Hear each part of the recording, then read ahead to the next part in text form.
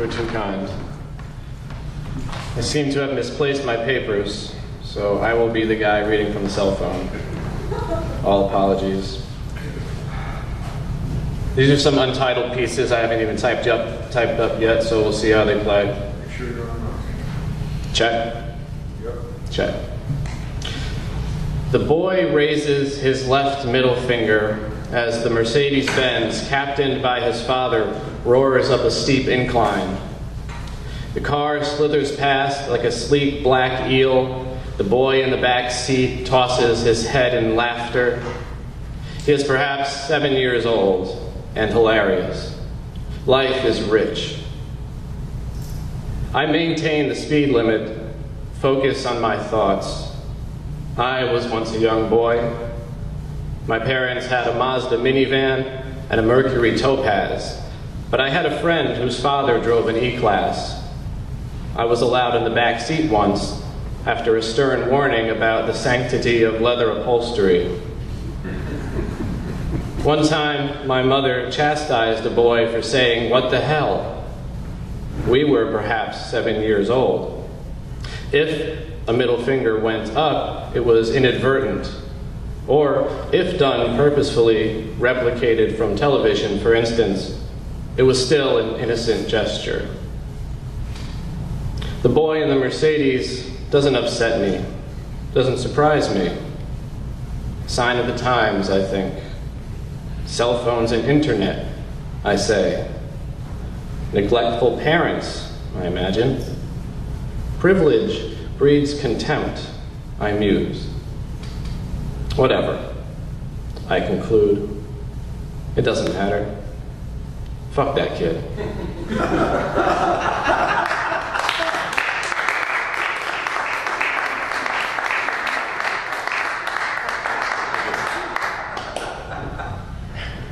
I think I might call this the Fabulist.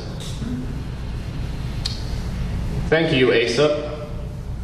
You have taught us to revere the slow but steady tortoise, the diligent, thrifty, blue-collar reptile whose singular focus and unwavering humility has championed through the ages the mediocrity of millions. Ambition, you have shown us, is an overwrought trap whose multiple hypersensitive sensors are sure to snare its own setter. Craftiness, you warn, is replete with design flaws, and those with designs, by extension, are more likely to be doomed by hubris than deified by humanity.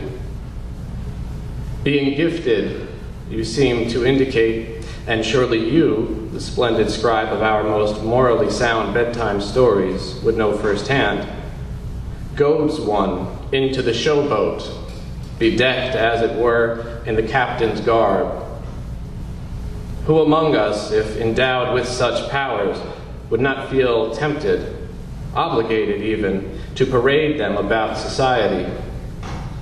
What self-respecting genius would not display those talents in public? Must the hare be stoic and stony, consigned to the awful task of coasting joylessly to endless easy victories? Perhaps the tortoise would do well to explore a new venue, shake up the field at the annual crab versus snail house carrying contest, or challenge a compost heap to see who can dispose of more lettuce in a 24-hour period. No one questions the premise of a tortoise racing a hare. Inclined as we are to root for the underdog, in this case, not a dog at all, Aesop knew where our sympathies would lie. And given the circumstances of that fateful day in ancient Greece, who could not find fault with the losing party? Yes, we love a good tale of comeuppance almost as much as a light-hearted fable. Combine the two and, oh, Aesop, you immortally wise old writer, the saga lives on in perpetuity. Yet for those humans more like the fleet-footed hare than the plodding down on his luck tortoise, and to be sure, we all have days resembling both, there is a secondary lesson to be learned. When there is a throat to be stepped on, step on it, or hear the eternal retelling in innumerable iterations with all manner of creative embellishments of the time you, for lack of a better phrase, blew it. But surely there's some good luck left in your rabbit's foot. That's it.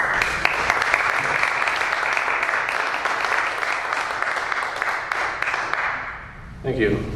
And I would like to read a poet by Cheryl St. Germain, if anyone has heard of her.